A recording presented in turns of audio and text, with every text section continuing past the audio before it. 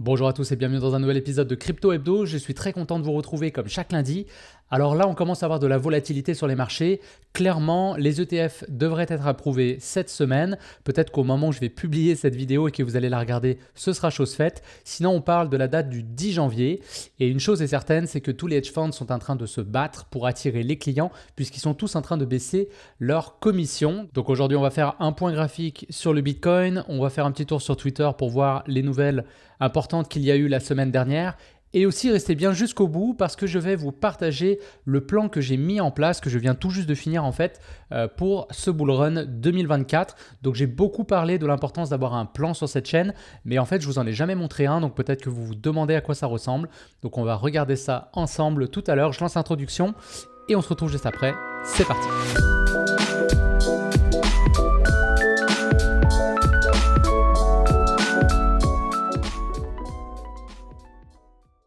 Alors on se retrouve sur le graphique du Bitcoin contre le dollar américain en weekly comme d'habitude. Et pour rappel, dans la vidéo de la semaine dernière, je vous avais dit qu'on était en train de breaker la figure de consolidation sur laquelle on était positionné là depuis le 5 décembre.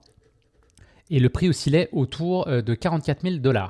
Donc on était sur une belle journée verte. Je vous avais dit attention toutefois, il faudra bien attendre la fin de la semaine, donc la clôture de la bougie weekly pour voir si on a un vrai top départ. Et en fait, dès le lendemain, donc le mercredi 3 janvier, le marché complet a corrigé. Alors on a eu une baisse importante sur le Bitcoin, on est allé chercher presque moins 8% dans la journée. Finalement, on a clôturé à moins 4,69%. Mais certains projets sont descendus beaucoup plus que ça. On voit qu'en ce moment, le Solana est à 95. On est redescendu même en dessous de 90 hier. On était à 88, je crois, ou peut-être même plus bas. Donc bon là, aujourd'hui, ça rebondit. Comme je vous avais dit en introduction, le marché, vraiment, il est dans une phase de volatilité. Et ça, je vous avais prévenu. C'est sûr que la news qui s'en vient est très importante. Ça va être la première de cette année. Il y a pas mal de choses qui s'en viennent. Je vous renvoie donc à l'épisode de la semaine dernière si vous voulez voir un petit peu les actualités de cette année qui devraient influencer fortement le cours des crypto-monnaies. Donc en tout cas, la prochaine nouvelle qui nous intéresse, c'est l'annonce des ETF. Comme je disais en introduction, ça devrait être le 10 janvier. N'hésitez pas à me suivre sur Twitter. C'est vrai que cette vidéo hebdomadaire, elle me permet de faire un point, de prendre du recul sur les marchés. Mais si vous voulez être un petit peu plus dans l'actualité, c'est là que Twitter ou X, devrais-je dire, joue tout son rôle parce que ça me permet vraiment de réagir en temps réel en fonction des annonces qui sont faites. Donc on voit qu'on a alterné jour de hausse et jour de baisse. Et c'est vrai qu'on a eu plusieurs journées où en fait tous les prix descendaient. Et dans la dernière heure, par exemple, avant la clôture journalière, eh bien, tout remontait et on se retrouvait comme ça sur des bougies d'indécision complète. Donc là, à nouveau, j'ai l'impression qu'on veut breaker. On va voir, est-ce que c'est le top départ? Est-ce qu'on va recorriger un petit peu plus tard? Donc attendez-vous vraiment à de la volatilité sur les marchés. Et j'en parle parce que la semaine dernière, du coup, sur cette bougie-là, eh bien, il faut savoir qu'il y a eu des millions de dollars qui se sont fait rect. J'ai plus exactement le chiffre, on peut essayer de le trouver tout à l'heure sur Twitter, mais on voit qu'il y a trop d'investisseurs et trop de traders qui jouent à l'effet de levier. Je vous ai déjà dit, moi, que c'est quelque chose que je ne vous recommande absolument pas. C'est extrêmement dangereux. Vous êtes sur un marché sur lequel il y a déjà de base beaucoup de volatilité. En plus, en ce moment, on sait que les marchés sont énervés et que ça peut partir très vite d'un côté comme de l'autre. Donc prendre un effet de levier en ce moment, selon moi, c'est vraiment la pire chose. Vous allez perdre votre capital et à ce point-ci du bull run, je trouve que c'est extrêmement dommage. Donc attention à ça. Je pense que certains ont appris la leçon cette semaine. Il y a eu énormément vraiment de traders qui se sont fait chasser. Et en fait, c'est pas étonnant de voir comme ça le marché qui va aller chercher de la liquidité puisque rappelez-vous, maintenant, le jeu va devenir de plus en plus professionnel. On va avoir des investisseurs institutionnels. On va avoir des hedge funds qui vont rentrer dans la partie et eux, ils ont les poches pleines et surtout, ils ont de l'expérience, c'est leur métier, ils ont des outils informatiques absolument extraordinaires, ils ont plus d'informations que vous, ils ont une plus grosse force de frappe que vous. Donc nous, petits traders retail, la seule possibilité qu'on a de survivre, c'est vraiment de reculer sur l'horizon de temps. À mon avis, la meilleure chose à faire, c'est vraiment de prendre un pas de recul, de vous positionner sur des bougies plutôt mensuelles ou weekly. Déjà en journalier, on voit qu'il peut y avoir énormément de bruit. Donc il faut avoir la big picture en tête. Positionnez-vous plutôt sur l'ensemble du bull run. Vous êtes mieux de rentrer un petit peu trop tard sur le marché et de sortir un petit peu trop tôt que d'avoir un timing parfait mais un très mauvais money management et de vous faire sortir comme ça sur une bougie rouge. Donc en conclusion, on est de retour à 45 000 pour le Bitcoin. Donc on va surveiller ça de près. Si on regarde sur la droite, là sur les différents projets que je suis, on voit quand même pas mal de vert. Injective aujourd'hui est à 14% pour l'instant. Donc je vais rentrer sur une unité de temps beaucoup plus courte, le 1 heure, pour vous montrer ce que j'entends par volatilité. Ça, c'est la bougie de 22 heures, heure de Montréal, à laquelle je suis allé me coucher hier. Et je peux vous dire que tout était absolument dans le rouge. Donc même cette bougie, au moment où je suis allé me coucher, on était plutôt positionné ici. Imaginez un grand rectangle rouge. Eh bien, je me lève ce matin et on a eu une hausse de 28% sur Injective. Donc imaginez qu'hier, j'aurais pris peur ou que j'aurais voulu jouer le malin et rentrer plus bas et je serais complètement sorti du marché. Ce matin, je me serais levé avec une bien mauvaise surprise. Donc attention à ça, vraiment, c'est pour ça que j'encourage quand vous rentrez dans le marché, restez dans le marché. On est dans un moment où il va y avoir énormément de fluctuations et je pense l'avoir déjà dit sur cette chaîne, mais sachez que la performance d'un actif, en fait, elle peut se résumer quasiment à quelques jours sur l'ensemble d'un bull run. Donc si vous manquez ces journées-là, eh bien vous passez d'une performance extraordinaire à une performance correcte, voire médiocre. Donc bien attention à ça. Comme on dit, le temps qu'on passe dans le marché est beaucoup plus important que le timing qu'on a sur le marché. Donc voilà, c'est un point sur lequel je reviens souvent, mais je pense que c'est essentiel. Et comme on dit, enseigner, c'est répéter. Donc j'espère que vous prenez des notes et que vous ne vous ferez pas avoir. Stax aussi, très belle journée en ce moment et ça semble assez normal. Le Stax, c'est le projet de Layer 2 principal sur Bitcoin. Et c'est vrai que comme en ce moment, tout tourne autour de Bitcoin, on pouvait s'attendre à ce que dans les Layer 2, Stax prenne la main. Et c'est exactement ce qui se passe en ce moment. On est à 15% quasiment aujourd'hui. On va voir, est-ce qu'on va retourner chercher, tiens là je vais me remettre en weekly parce que sinon on est beaucoup trop serré sur l'analyse. Est-ce qu'on va venir rechercher ce niveau Fibo ici autour des 2 $? À mon avis, c'est très bien parti. On voit que Stax a une très belle performance là depuis l'année dernière, mais aussi depuis ce début d'année. Donc à suivre. On a eu des projets qui ont aussi complètement explosé hier. Donc là, je vous parle de Root ou Router Protocol, donc qui est un projet que j'ai découvert récemment et que je trouve vraiment, vraiment intéressant. Donc si vous voulez, c'est un peu l'équivalent de Matic, mais sur un market cap qui est beaucoup, beaucoup plus bas. Donc on va revenir sur les market cap tout à l'heure quand je vais vous montrer mon plan. Mais ça peut en tout cas sous-entendre une performance bien plus intéressante que ce que Matic pourrait faire si on pense que l'interopérabilité est importante dans les blockchains. Et personnellement, je pense que c'est effectivement un des points clés à surveiller sur ce bull run. Donc on voit qu'il a fait quand même une journée de 20%. Ensuite, il a corrigé énormément et là, il est en train de remonter. On voit pas mal que tout le marché se dirige vers le nord. Donc voilà. Très bon point d'entrée sur Root. Je suis rentré ici sur ce pullback. Donc j'étais autour des 6,30 et on est déjà à 8 $. Donc ça, c'est des trades que je partage sur le Telegram qu'on a créé avec Florian pour le 20x Challenge. Donc n'hésitez pas à nous rejoindre si ça vous intéresse. Le lien est en description. On va faire un tour sur mon feed Twitter, comme ça va vous permettre de voir un petit peu le genre de contenu que je poste et c'est vrai qu'il se passe tellement de choses dans la semaine qu'on finit par oublier. Donc ici, le Bitcoin était passé au-dessus de 45 000, ça c'était le 1er janvier.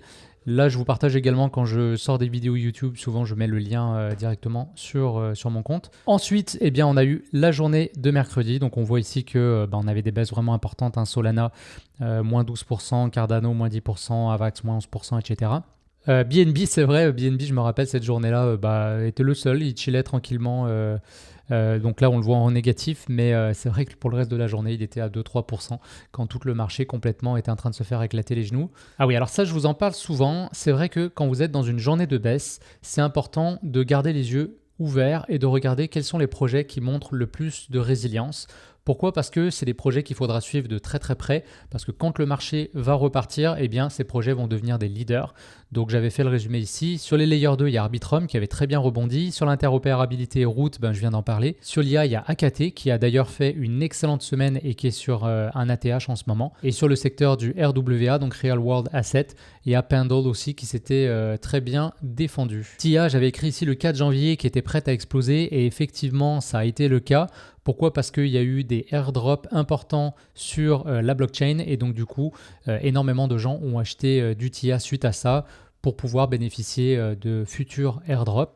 Donc les airdrops, je vous en ai pas beaucoup parlé sur la chaîne, c'est vrai que c'est pas ma spécialité. Pourtant, c'est une façon intéressante de faire de l'argent pendant un bull run. En fait, il vous suffit d'interagir sur une blockchain. Des fois, il faut staker la crypto. Des fois, il faut tout simplement swapper certains coins entre eux. Je m'excuse si là j'utilise des mots qui vous parlent pas trop.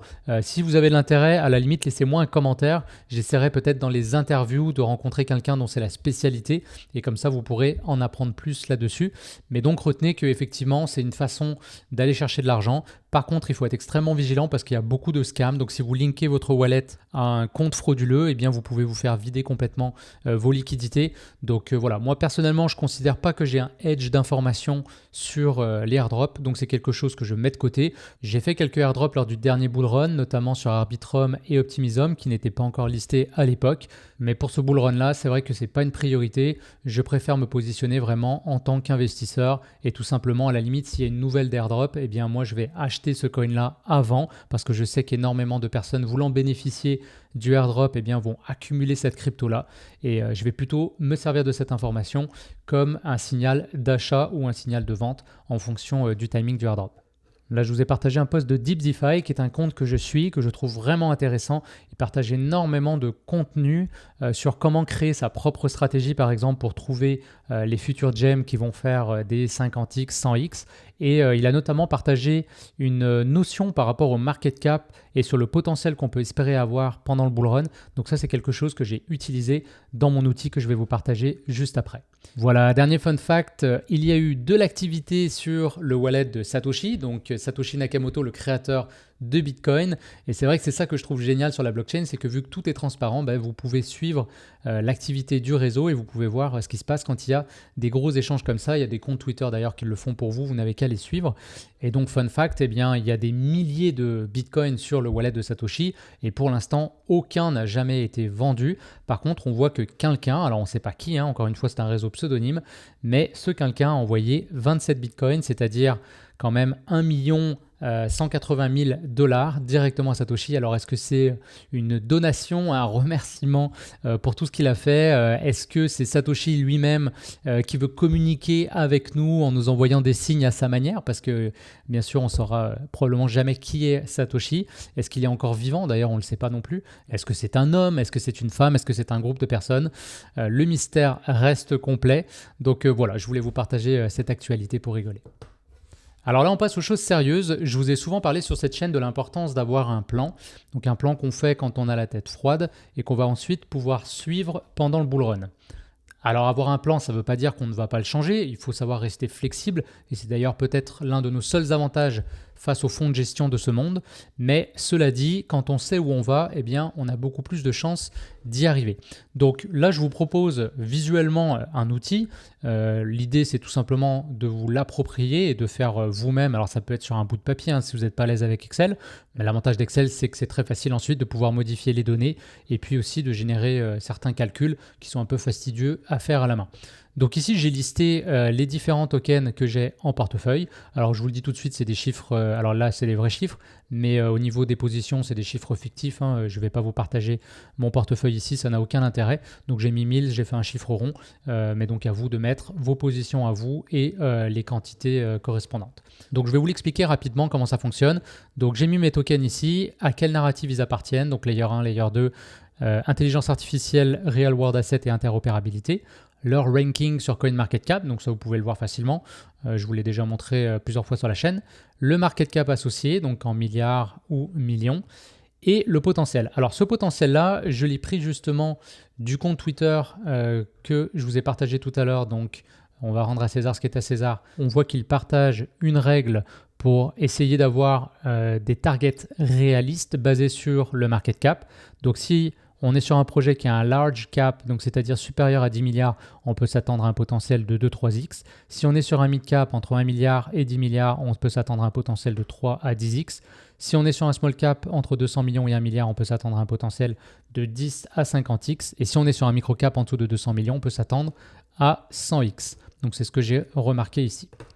Donc en fonction du market cap des projets que j'ai en portefeuille, j'ai marqué le potentiel et vous verrez que j'ai été très conservateur. Bon, sur les projets Solana et Avax, je pense qu'un 3x, c'est assez conservateur. Sur les projets où on avait un potentiel de 3 à 10x, j'ai choisi de mettre 5x. Sur les projets où on avait un potentiel de 10 à 50x, j'ai choisi de prendre le plus bas, c'est-à-dire 10x. Et sur les projets de 100x, j'ai mis 20x.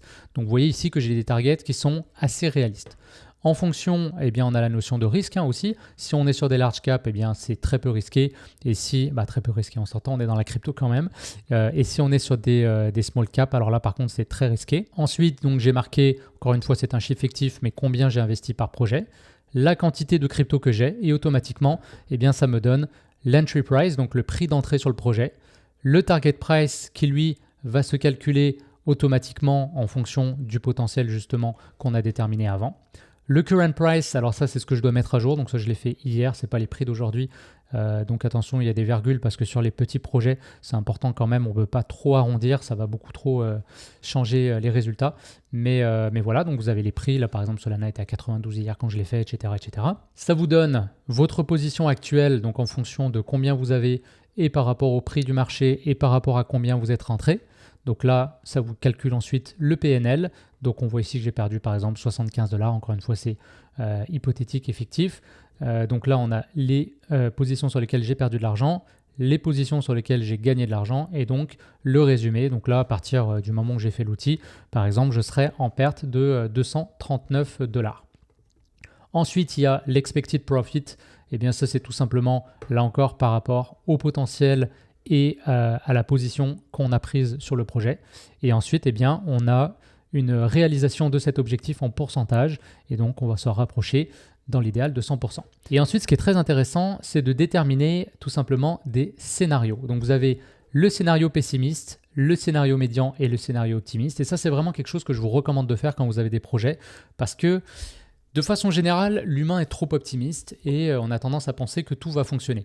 Donc je sais que c'est beaucoup plus le fun de penser positif, mais par moment, il faut mettre votre casquette noire et il faut imaginer que rien ne va fonctionner. Et de cette façon, ça vous permet de dimensionner votre stratégie et de sécuriser tout simplement en vous assurant que même dans le scénario le plus pessimiste, eh bien, vous vous y retrouvez. Donc c'est vraiment intéressant comme exercice, je vous recommande de le faire. Imaginez des choses complètement improbables qui pourraient arriver. Donc imaginez par exemple que Binance ferme. Qu'est-ce que vous faites? Est-ce que tout votre argent était sur cet exchange?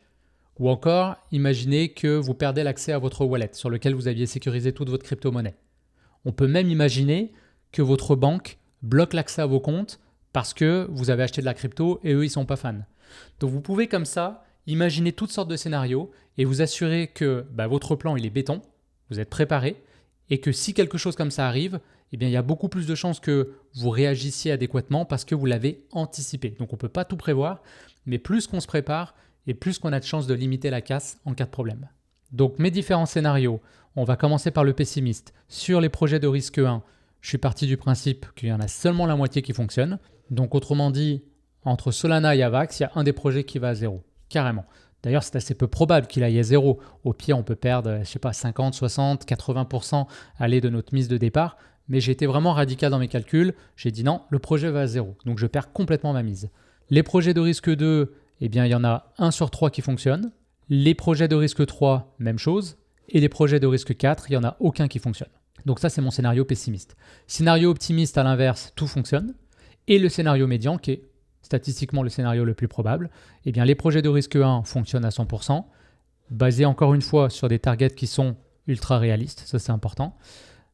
Projet de risque 2, eh bien, il y en a 1 sur 2 qui fonctionne, risque 3, même chose, et projet de risque 4, il y en a seulement 1 sur 3 qui fonctionne. Et donc là, ça vous donne le capital que vous pouvez espérer avoir, encore une fois là, sur des calculs fictifs. Donc sur le scénario pessimiste, je pourrais espérer avoir au pire des cas 23 000 $. Sur le scénario médian, on va dire 56 000 $, et sur le scénario optimiste, 126 000 $. Voilà, j'espère que ça vous a intéressé. Je tenais absolument à vous montrer cet outil parce que je dors beaucoup mieux depuis que je l'ai mis en place. Alors dites-moi en commentaire si vous aussi de votre côté, vous allez mettre en place quelque chose de similaire. Et puis pensez bien à liker la vidéo et à la partager autour de vous. Je vous retrouve lundi prochain pour une autre vidéo. D'ici là, prenez soin de vous. Ciao tout le monde.